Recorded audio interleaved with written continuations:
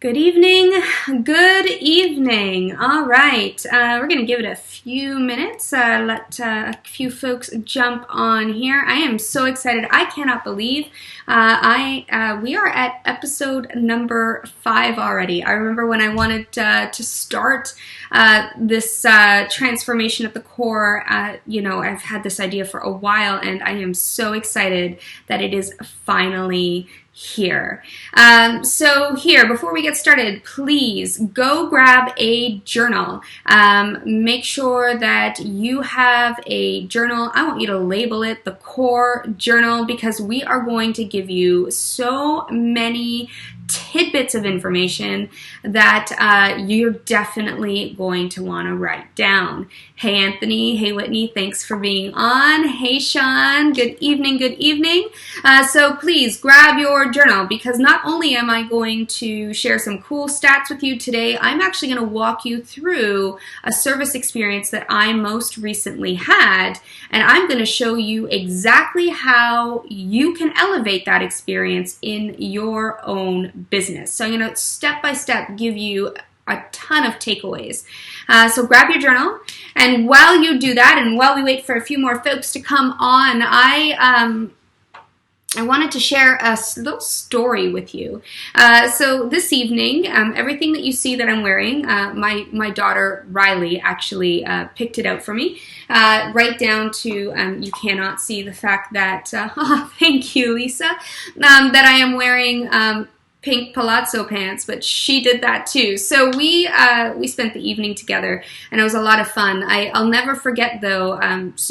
When I get ready sitting down in a mirror because I travel a lot and I like to spend time with my daughters when I'm getting ready to go do whatever it is I need to do, like a live tonight. So they'll sit right next to me, ask me a bunch of questions. But Riley is really into makeup and she's really into fashion. Already at 6 years old, I can already tell people call her a little ham. She's gonna be some sort of performer. But I'll never forget this. She was about 3 years old, and if you've ever seen me do a keynote speech, you would have heard this story. One morning, my daughters were both sitting next to me, and Ella was inundating me with a ton of questions, and Riley says, Mama, can I borrow your gloss? And while I am trying to, get Ella's questions all answered, Riley takes my lip gloss and she runs away and comes back. So now she comes back to me about 10 minutes later and shows up with lip gloss all over her face, everywhere but her lips.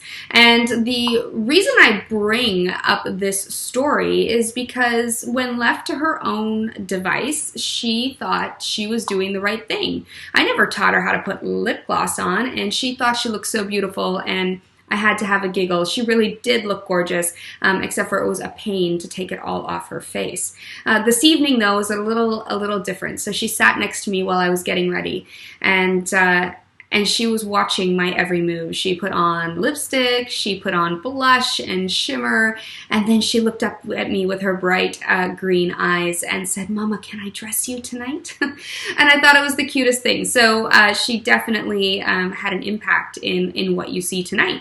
The reason I share this with you, though, is your team members are no different than my 6-year-old. They may not be as interested in makeup, some maybe, but what I'm getting across here is that if you don't teach them how to deliver the experience you expect them to deliver, they will not be able to meet your expectations. It's as simple as that. They simply will not be able to meet your expectations. So you have to teach them, you have to coach them, and you have to guide them constantly, or else you really can't be upset if they do not reach those expectations.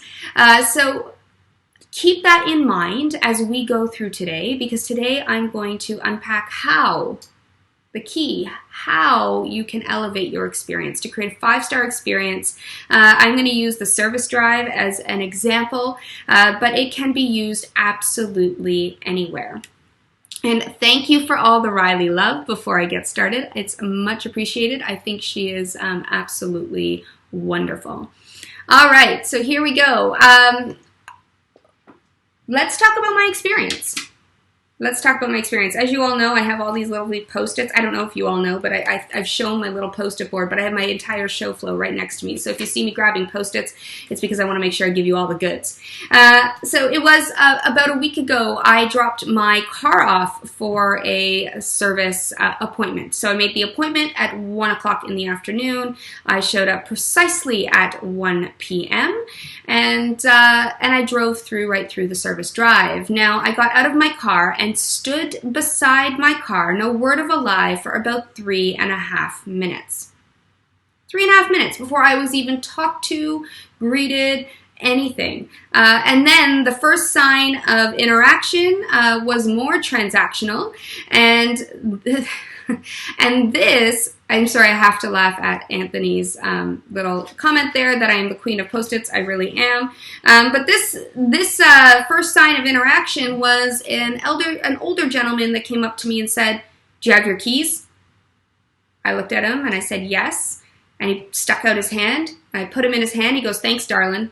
And he walks away with my keys. And then I stood there for about another 30 seconds before I was called over to a service advisor desk. And so I walked over, and the service advisor got all the necessary information he needed from me. He never looked up from his iPad. So name, Katie Maris. What are you getting done? Oil change. Looks like there's no repairs or recalls on your vehicle, so that's good. And he's the entire time looking down at his tablet. And then without saying a word, somehow magically, my keys landed on his desk. He put a white tag on my keys and got up with his tablet, again, without saying a word or making eye contact, and walked away from me. He walked away from me to take pictures of my vehicle, but did not explain anything. I was like, where did he go? Now, I know the way and all the process that put in place for the service drive, so I knew, but an average customer would definitely not really realize what they are doing. He comes back, hops onto his chair this time, and continues with his questions. Again, never making eye contact, never using my name, and 9 minutes into my time with him, 9 minutes, not one single point of contact with our eyes. He only used my name once when he asked what my name was, and he never introduced himself. When he got all of the information he needed, he said, "Do you want a car wash after?" I was like, "Oh, that's pretty cool, sure." But he didn't sell the value of a car wash. My car is pretty dirty. Then he hopped off his chair, said, "Come with me. Are you staying here?" Well, yes. And went ahead of me without waiting for me and led me to the waiting area where he sat me down. Now, I got approached 3 different times for 3 different sort of requests for upgraded services on my vehicle. It could have all been done at once. It felt very broken, and that was it. He never came back to check on me, never gave me an estimated waiting time, and did not see how I was doing. He only came back to tell me that I needed to spend more money. Towards the end of the interaction, I had to go and find him, even though at some points he was walking by me 2, 3, 4, and 5 times without stopping to say, "Hey, how are you?" And I had to find him to see if my car was ready. So overall, I ended up walking out of there, and I did spend, an RO of roughly $360 right in there, because there was a few things that needed to get done.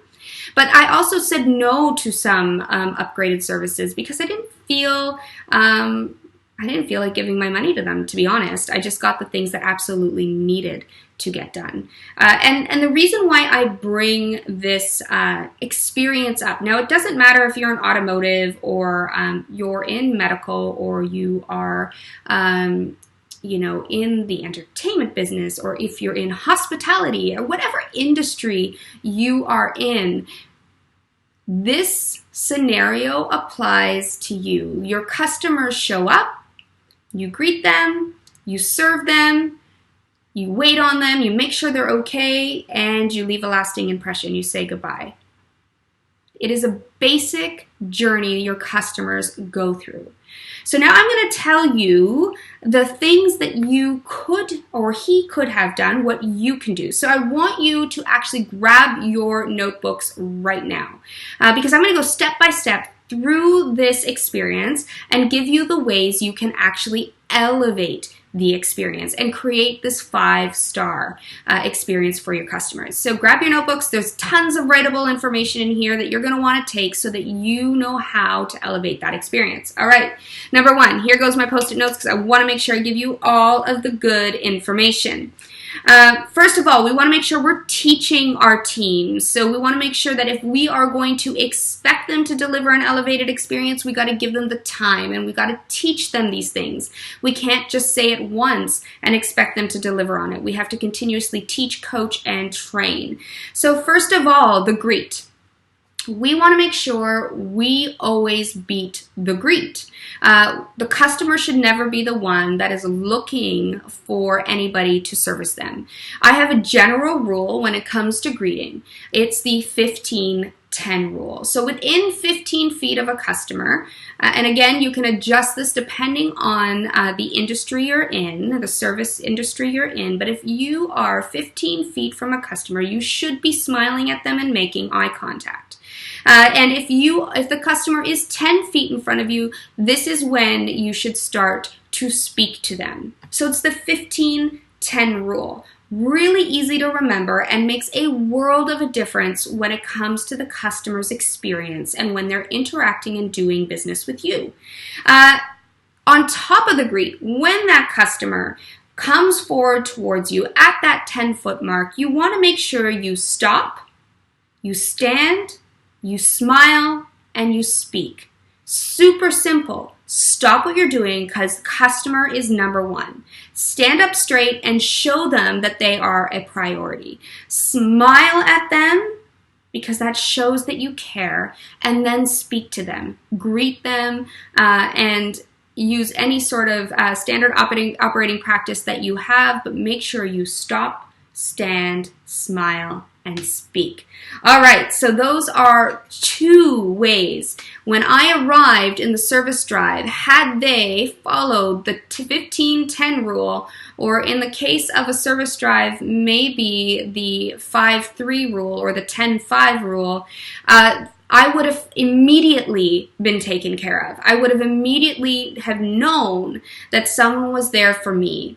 Now, if my service advisor had seen me approach and he would have stopped what he was doing, stood up straight, smiled, looked at me in the eyes, and started to speak to me, asking me my name and what time my appointment was, I would have felt far more important than I did. And I would have right off the bat had an instant chance to build rapport and have eye contact.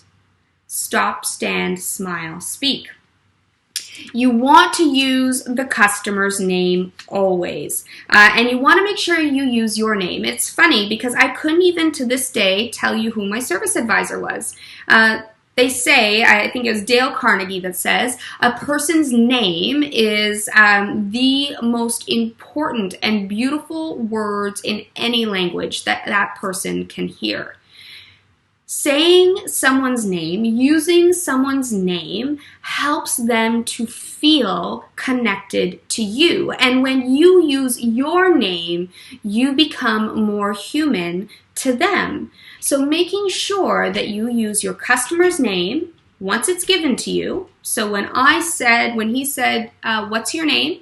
And I said, Katie, he could have said, thank you for coming in, Katie. What time was your appointment? 1 p.m. Fantastic. Let me take a look here at your vehicle. Could have pulled up the information. Wonderful, Katie. What service are you here for?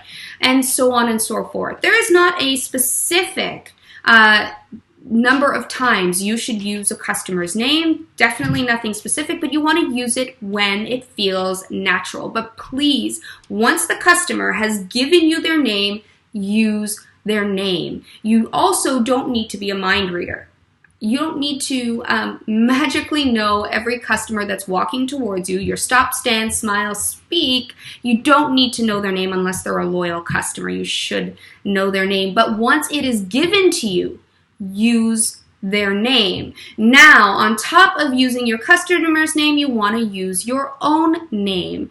In the scenario of the approach between the service advisor and myself, he could have said, my name is, I can't even tell you what his name is. It is going to be a pleasure to assist you today. Katie, what time was your appointment?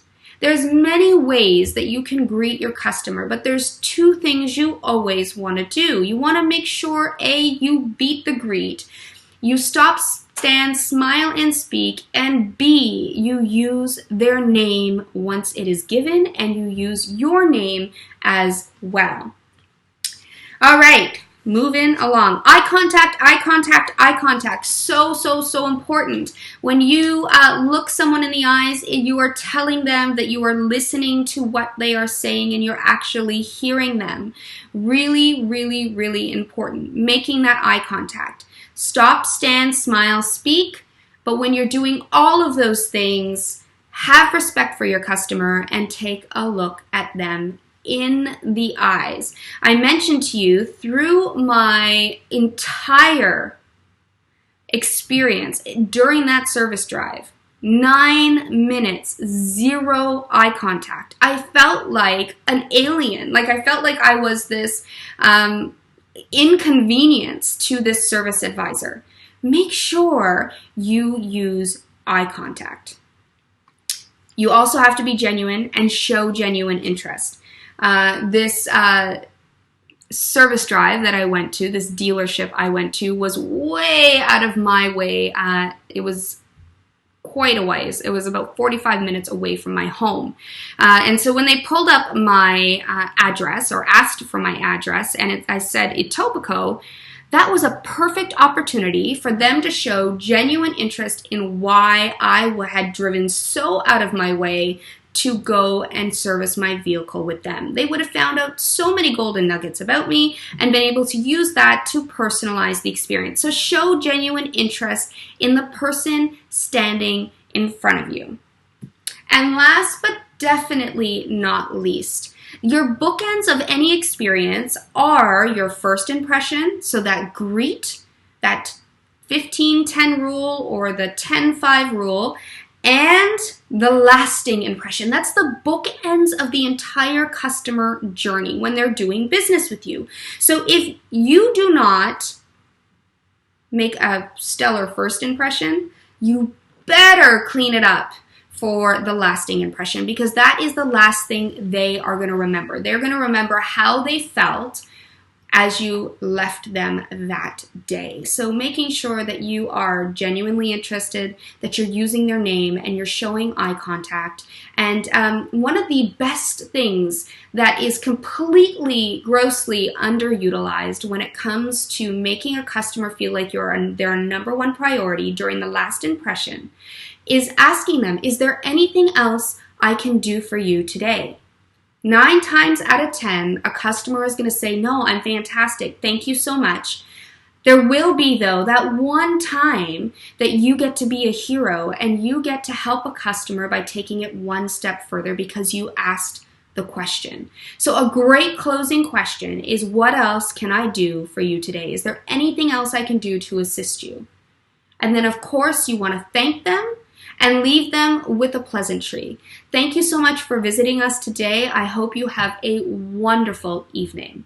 You don't want to just say thank you for visiting us. You don't want to just ask that question, is there anything else I can do for you? You want to make sure you take it one step further and you leave them with a pleasantry. Whew, that is a lot of information in a very little time. But as you can see, if I had been greeted right away and shown that I was important through stop, stand, smile, speak, and my name was used, and there was eye contact, I would have felt very, very different about my experience. I can promise you that most of your interactions with your customers look and feel the way my interaction was. Period. We might as well look ourselves in the mirror and be honest with ourselves, because that's what it is. But now you know the basics, the very basic things that you can take back to your team to help elevate your experience. Really important. Now I'm going to give you another Post-it note. A couple of ways you can make this come to life. So it's one thing to know and share all these wonderful tidbits of information, but you have to actually sustain it and operationalize it and train it.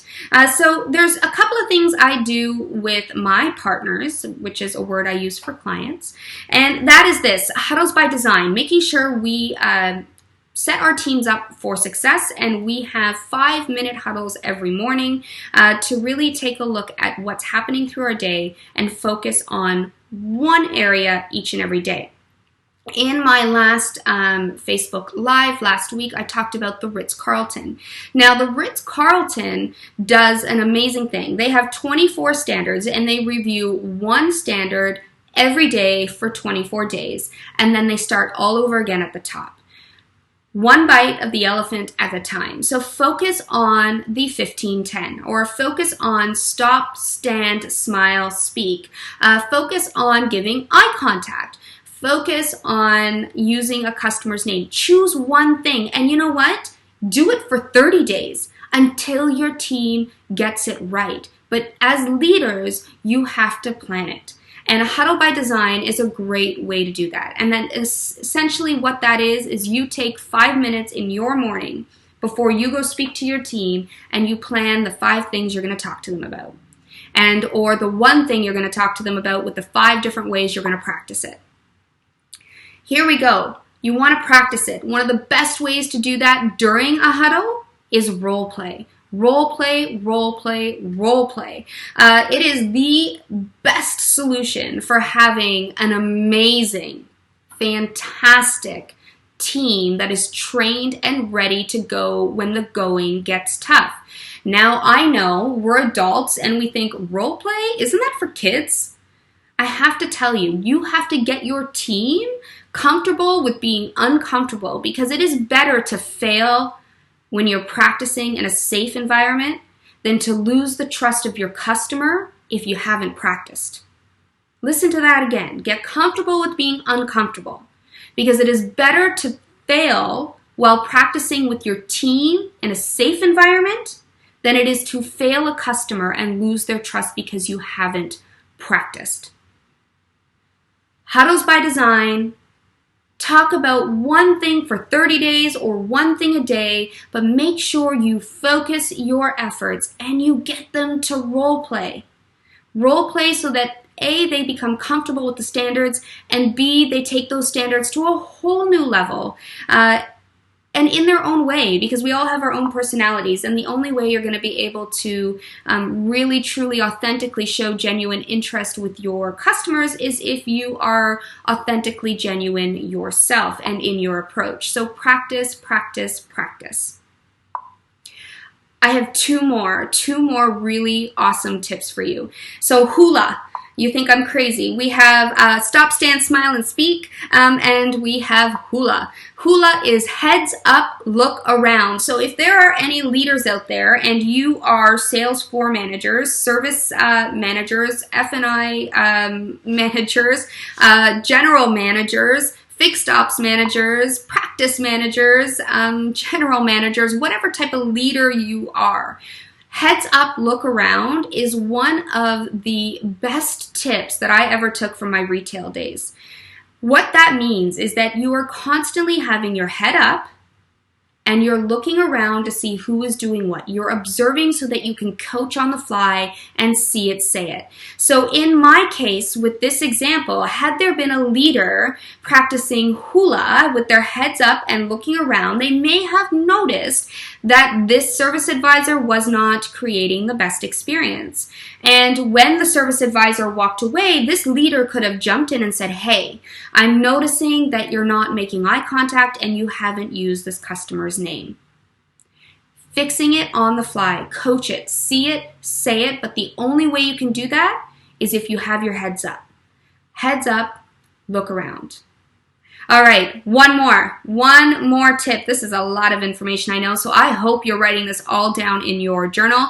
I will recap it very briefly at the end, but my last one is figure eights. So if you are in any retail setting, hospitality setting, even the service drive setting, a figure eight is fantastic. And what that means is essentially you're doing a figure eight of your business as a leader, and you are constantly looking up with your hula attitude, with your heads up, look around attitude, and you're constantly watching and roaming so that everybody knows, every one of your team member knows that you are there and you are observing and coaching every behavior.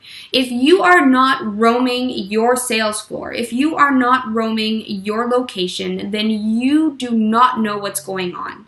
And at that point, in my opinion, as a leader, I don't think you have a right to coach or reprimand your team because you're not there in the thick of it with them. So make sure that you are constantly doing figure eights with a heads up behavior, a hula behavior. Make sure you're setting your expectations, teaching them, coaching them, and guiding them through huddles by design so that you can see it, say it, and you can actually inspect what you expect. You cannot inspect what you expect if you do not properly train your team. It is just unfair. Period. Now let's go back through all the different little tips I gave you. So number one, we want to make sure we beat the greet, okay? So the 15-10 rule. At 15 feet, you're smiling and you're making eye contact with your customer, and at 10 feet, you're actually speaking to them. You're saying hello. Number two, stop, stand, smile, speak. So making sure that you, as soon as that a customer approaches, you stop what you do because they are the number one priority. You stand up straight and you show them they are the number one priority. You smile at them so they feel a genuine caring for their approach, and then you speak to them. So you greet them, you say hello, you use their name, or you continue with whatever it is that customer is approaching you for. Number three, one of the biggest tips I gave you was use your name and make sure you use their name. It humanizes the interaction and it makes you seem real, and it really helps to bring down those barriers. Eye contact, eye contact, eye contact. I cannot stress that enough. It was the most awkward feeling I have ever had going 9 minutes with somebody without having eye contact. Make sure you are, again, showing the customer that they are the most important thing in that moment with you. Leave a lasting impression that counts. Make your customers feel great. Make sure you ask them, is there anything else I can do for you today? That you use their name in the closing goodbye, the closing remarks, and you add a pleasantry like have a wonderful evening. If it is during the holidays, have a happy holidays, drive safe, whatever it is, make sure you just take it that one step further. And of course, you want to show genuine interest because customers can smell it from a mile away. They know when you're not being genuine, so show genuine interest. If those simple things had been done during my experience, I would have ended up spending a heck of a lot more money. So maybe it saved my wallet, but it definitely did not boost the dealership. So making sure that you elevate that experience. And it really doesn't take a lot. I always say this, and I'll say this almost every single time I'm on stage or I'm doing a workshop or here with you. It's all about being a nice person. And I don't believe there is not one team member that comes in and says, today I'm going to be mean and I'm going to ignore every customer and every employee. They just don't. But then they get on their hamster wheel and they get stuck in the transactions. We got to step off that hamster wheel. We got to have a heads up mentality, and we have to put our customers first. I was at a meeting this morning. If you follow me on Instagram in my stories, you will definitely have seen I was at an economic outlook, a global economic outlook meeting, which was really cool. But something stood out, and I know especially in the automotive industry, sales are, softening, and you may in other industries feeling that sales are softening. But here it is. Consumer purchases actually drive 60% of our economy globally. Crazy, right? Over 60% of our economy globally is driven by consumers purchasing services and goods. So that was a really remarkable stat. But what was even cooler is that even though our growth is slowing, the economy growth is slowing, the indicators are not saying we're definitely going to go into a recession. It just may be a little bit slower, which means you're going to have to work a little harder to pry open your customers' wallets. But here you go. Your customers are still willing to spend if you give them a reason to spend it with you. Elevate your experience. Provide a 5-star experience. Make them feel like they're the number one priority, and they will create a relationship with you, trust you, and then purchase from you. And if they purchase from you and you gain their loyalty, you will also gain their referrals. So this fear of a slowing economy doesn't have to be there. You just have to do the work and create an experience so that the customers choose you every single time. But the only way this is going to happen is if you train your team, is if you step back and say, honestly, take a look at the experience you're currently providing and see where you can improve it. 30,000-foot view, take a look in the accountability mirror, make sure you are identifying the areas that you can improve, and train your team towards your expectations so that you can inspect what you expect. And just like my little girl who loved to play with my makeup, still loves to play with my makeup, from the very first time where she came back to me with lip gloss all over her face, except for on her lips, to this day, tonight, as I explained to you, she sat right next to me and knew everything she needed to do. It's because the first time, I left her to her own device. The first time I gave her a tube of lip gloss, I said, I didn't pay attention. And she did what she thought she should do. Today, I teach her. I show her. And because I show her and I spend that time and I make her my priority, she knows exactly what to do. Your team needs to be coached, trained, and developed. And yes, it is really about being a nice person when it comes to an elevated experience. But you have to put the systems and processes and expectations in place so that your team can be successful.